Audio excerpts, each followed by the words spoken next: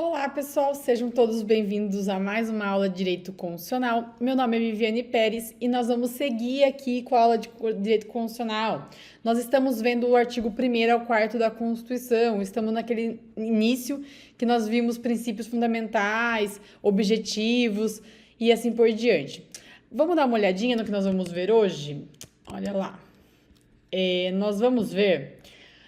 Ainda estamos em princípios fundamentais, mas nós veremos forma de Estado, formas de governo, sistema de governo e democracia.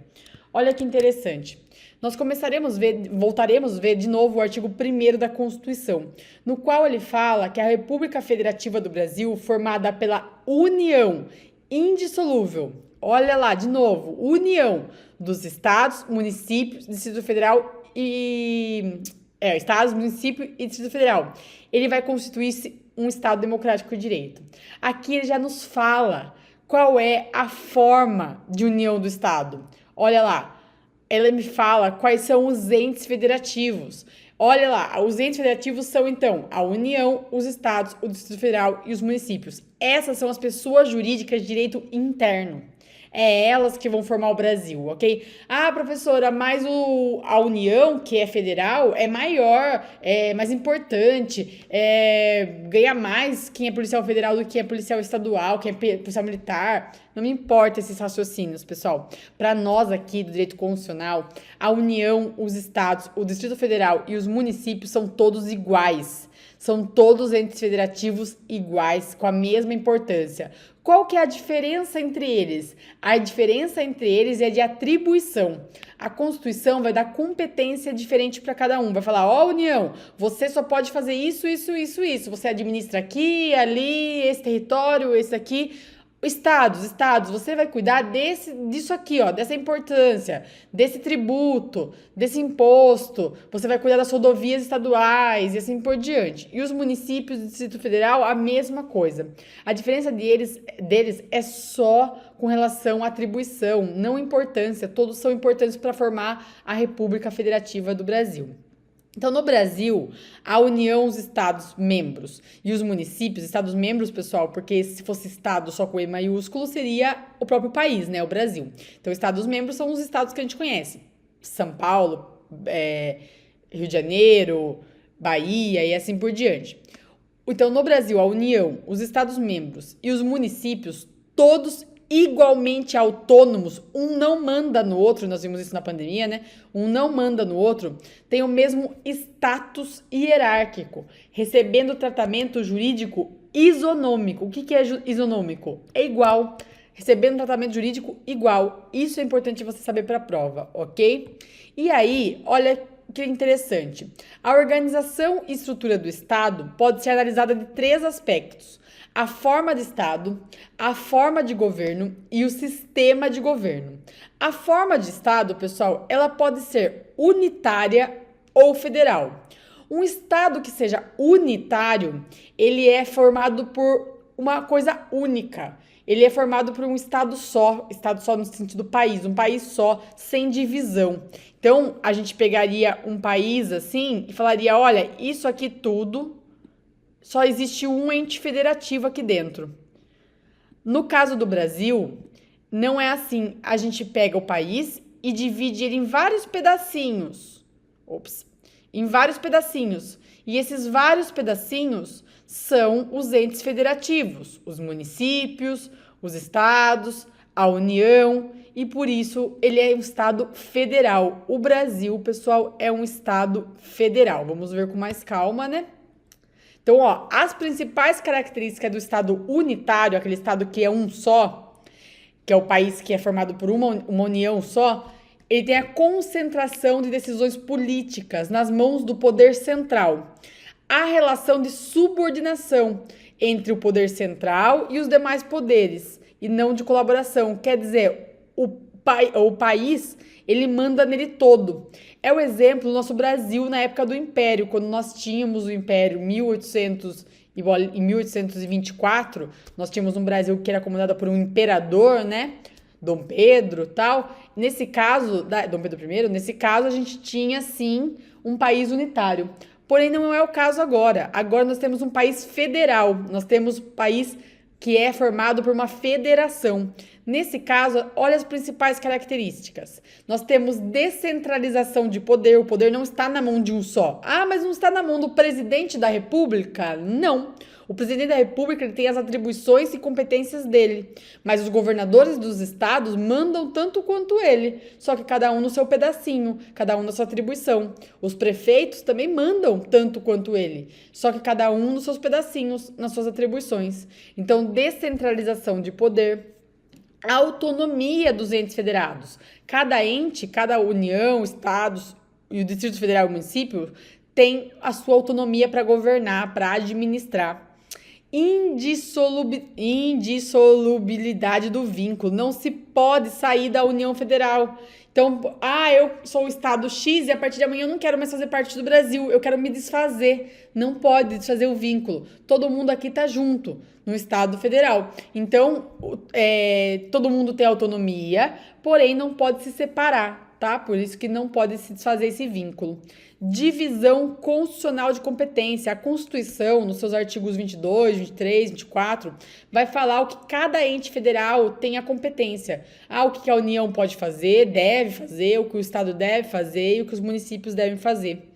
Tem a participação das unidades parciais na formulação da vontade geral. A participação das unidades parciais na formulação da vontade geral. Ou seja, eu como União, como federal, tenho que chamar os estados, os municípios, o Distrito Federal para a gente decidir o que fazer, tá? Todo mundo tem que ajudar com a sua vontade. Existência de um tribunal constitucional para a manutenção do Pacto Federativo. Quem que é esse tribunal, pessoal? O STF. O STF tem que ajudar a manter esse vínculo, ajudar a manter esse pacto federativo, ou seja, manter o Estado federal. E aí nós temos vamos voltar lá para dar uma olhadinha aqui antes. Nós temos a segunda forma, que é a forma de governo, a forma de governar. Todos os países, todos os estados, ele pode se dividir entre monarquia e república. Eles podem ser monarquia ou república. Pode governar de forma que a monarquia governe, ou seja por uma família, ou pela república, que seja por eleições, né? Por eleição. Olha lá a diferença. Aqui eu tenho as principais características da monarquia. A monarquia, ela é hereditária, passa de pai para filho.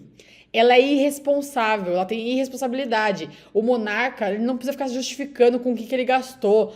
Eu comprei 3 cavalos. Por que você comprou 3 cavalos? Porque eu queria 3 cavalos. Eu sou monarca, sou rei, sou rainha. Eu não preciso ficar dando explicação pro povo. Tem irresponsabilidade. Vitalicidade, o monarca é para sempre. Quando nós temos uma monarquia, ele não sai depois de um tempo. Ele vai sair quando ele morrer, e daí vai entrar os seus sucessores, seus filhos, depende da sucessão. Mas ele tem vitalicidade, é até a morte. Já na república, que é o nosso caso, o Brasil é uma república, as principais características da república são a transitoriedade. Sempre fica mudando. Importante que se mude o governo. Então, se mude quem tá lá. Então, só tem um período. Por exemplo, o presidente da república é de 4 em 4 anos. Tem que ter novas eleições. E pode ficar no máximo uma reeleição. Então, no máximo 8 anos. Então, eu tenho transitoriedade. Eu tenho responsabilidade. Precisa ficar justificando o que faz.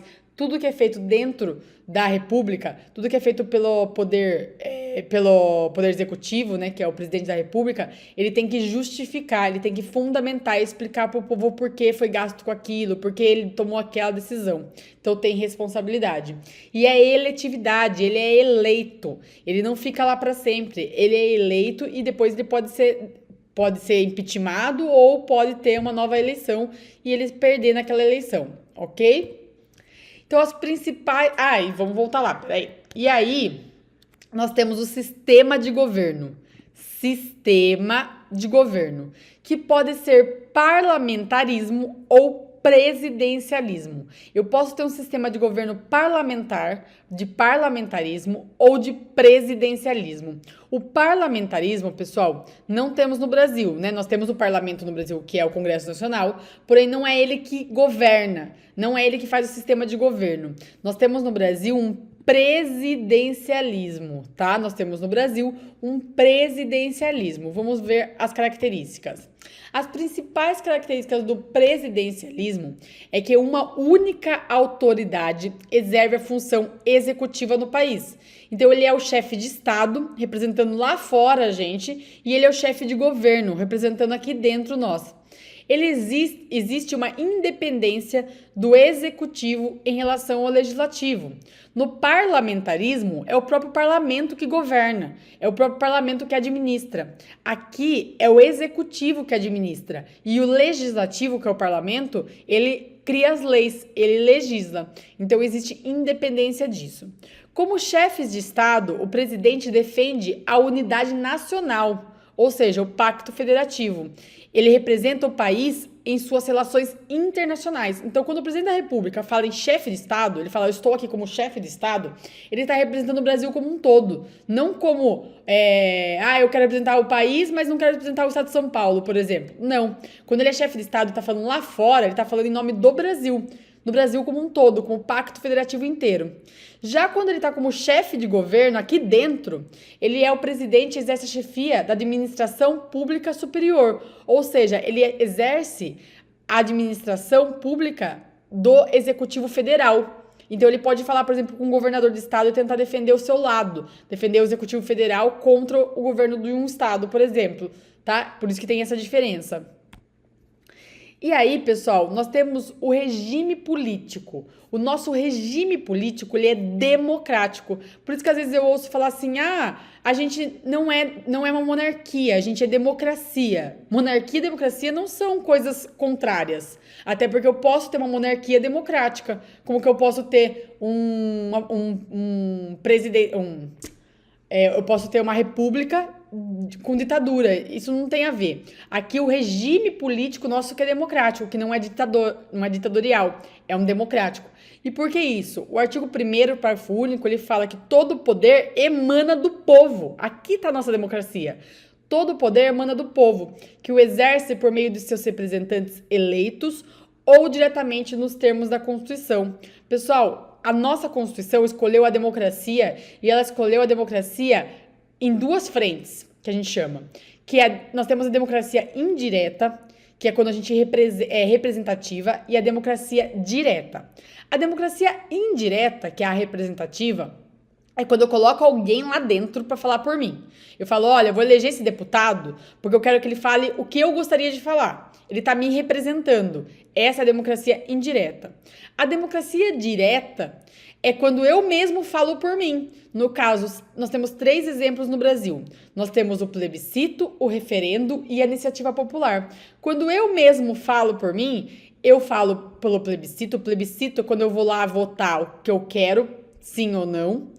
Referendo é quando existe uma lei e a partir daí eu vou lá referendar essa lei sim ou não. Referendo tem um exemplo que não é tão recente mais, mas que era o Estatuto do Desarmamento, quando foi perguntado para nós se nós queríamos armas ou não, né? Esse caso era um referendo. E iniciativa popular é quando eu me junto por meio de baixo assinado e ajudo a criar uma lei, ajudo a iniciar uma lei, ok? Essas formas diretas, elas são sem representatividade. Eu consigo fazer sozinho.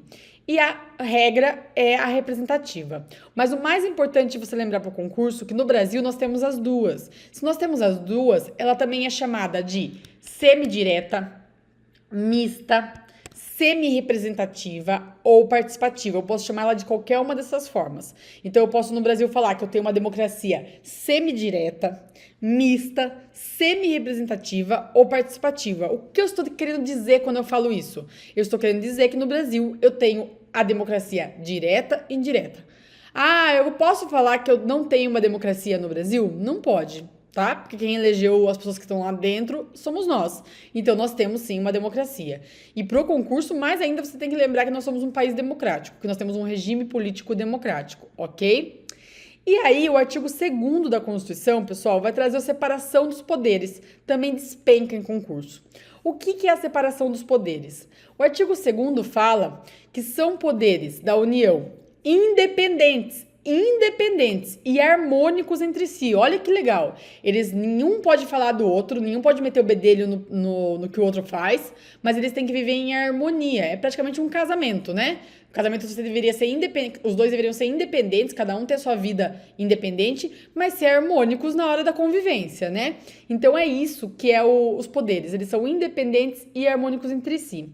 E os nossos 3 poderes no Brasil são o legislativo, o executivo e o judiciário. O legislativo, o executivo e o judiciário. Eles são nossos poderes da União. Então, eles são independentes e harmônicos entre si. Lembre-se sempre que o legislativo é quem cria as leis. Lá na União, no Federal, quem faz isso? O Congresso Nacional. Quem é o Congresso Nacional? É a Câmara dos Deputados, representado pelos seus deputados, e o Senado Federal, representado pelos seus senadores. Aí o executivo é quem administra o país, é quem administra o executivo, faz a parte da administração geral, a administração pública. Quem é o executivo? O executivo é a presidência da República, é o presidente da República e seus ministros, né? Ministro da Saúde, ministro da Educação e assim por diante. E o judiciário é quem julga as lides, é que quando tiver conflito, tiver problema, quem julga é o judiciário. Então, a função típica de cada poder é essa, pessoal. Do legislativo é criar leis, legislar. A do executivo é administrar, é governar. E a do judiciário é julgar. Essas são as suas funções, ok? Vamos ver uma questãozinha para a gente ficar craque para o concurso? Olha lá. A separação dos poderes, enquanto técnica para a limitação do poder no Brasil, está configurada a partir da Constituição Federal em A. Poder ministerial, poder executivo, poder legislativo. Ministerial não tem nada a ver, né? Nada a ver. B. Poder executivo, sim, poder do Ministério Público. O Ministério Público não é um poder, tá, pessoal? Ministério Público não é um poder. A advocacia pública também não é um poder. C. Poder executivo, poder da Câmara não é um poder. E poder do Senado Federal também não é um poder. Lembre-se, a Câmara dos Deputados e o Senado Federal, eles formam o legislativo, mas o poder é o legislativo. D. Poder executivo federal, poder do executivo estadual e poder do executivo municipal. Não, daí é um poder só, é o poder executivo. Não. Quais são os poderes, então, que a Constituição fala? Letra E. Poder legislativo, poder executivo e poder judiciário. É esse aqui mesmo, ok? Pessoal, era isso que eu tinha para falar com os senhores hoje, era isso que a gente precisava conversar, deixa eu voltar aqui, era isso que a gente precisava conversar. Vejam como nós caminhamos bastante, em pouquinho tempo nós já conseguimos entender o artigo 1º, 2º da Constituição Federal, mas você precisa responder mais questões e ficar craque nisso. Eu quero você aprovado nesses concursos, tá? Então, por favor, responda questões, fique craque nisso e qualquer dúvida, só nos chamar, tá? Até a próxima aula. Tchau, tchau, pessoal. Você quer fazer parte da elite da aprovação? Então vem estudar aqui com a gente no Vencendo Concursos. Você acaba de assistir a uma aula ou uma parte das muitas aulas que nós temos aqui no nosso curso online preparatório, focado justamente para o concurso da UFPB, assistente em administração. E se você chegou até aqui porque gostou, não é verdade? Então continua porque eu tenho um recado importante para te passar. Como fazer parte da elite da aprovação? Quanto de investimento é preciso para uma preparação de verdade? Quanto vale a sua aprovação? Bom, nós montamos um combo para você ser aprovado nesse concurso. É o Gabaritando UFPB. Vantagens do curso. Em primeiro lugar, você vai ter acesso imediato. Fez a matrícula, recebe imediatamente os dados de acesso, já começa a navegar imediatamente na nossa plataforma. Acesso ilimitado, poderá assistir às aulas quantas vezes você quiser, sem limitação de visualizações, e o curso tem validade aí de 1 ano. Teoria e questões comentadas, centenas de questões comentadas pelos nossos professores, o que vai fazer uma diferença muito grande na sua preparação.